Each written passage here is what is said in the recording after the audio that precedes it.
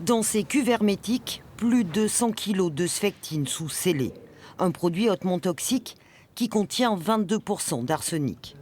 110 sachets comme celui-ci ont été repêchés dans le Marais breton. C'est un agriculteur réclusier à ses heures perdues sur l'Étier du Dain qui a fait l'inquiétante découverte. J'en ai découvert 1, 2, 3 et j'étais arrivé à 100. Et c'est là que, j'ai dit que c'est quand même assez grave. Parce que là, c'est quand même du poison dans l'eau. Je me suis dit, il faut réagir tout de suite. C'est une vraie calamité et c'est très difficile parce qu'il faut arriver dans ce cas-là à centraliser en gros tous les services, tous les acteurs locaux qui pourraient être impactés et agir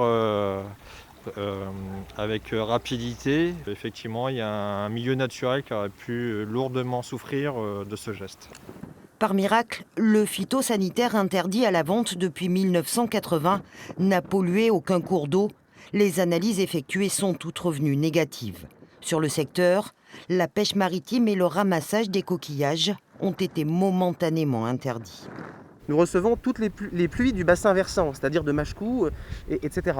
Donc évidemment, cette eau qui se déverse à Boin peut être chargée. Elle est fort heureusement analysée tous les jours, toutes les semaines par le département. Donc on a une constance de l'eau, ce qui nous permet d'avoir une eau d'excellente qualité.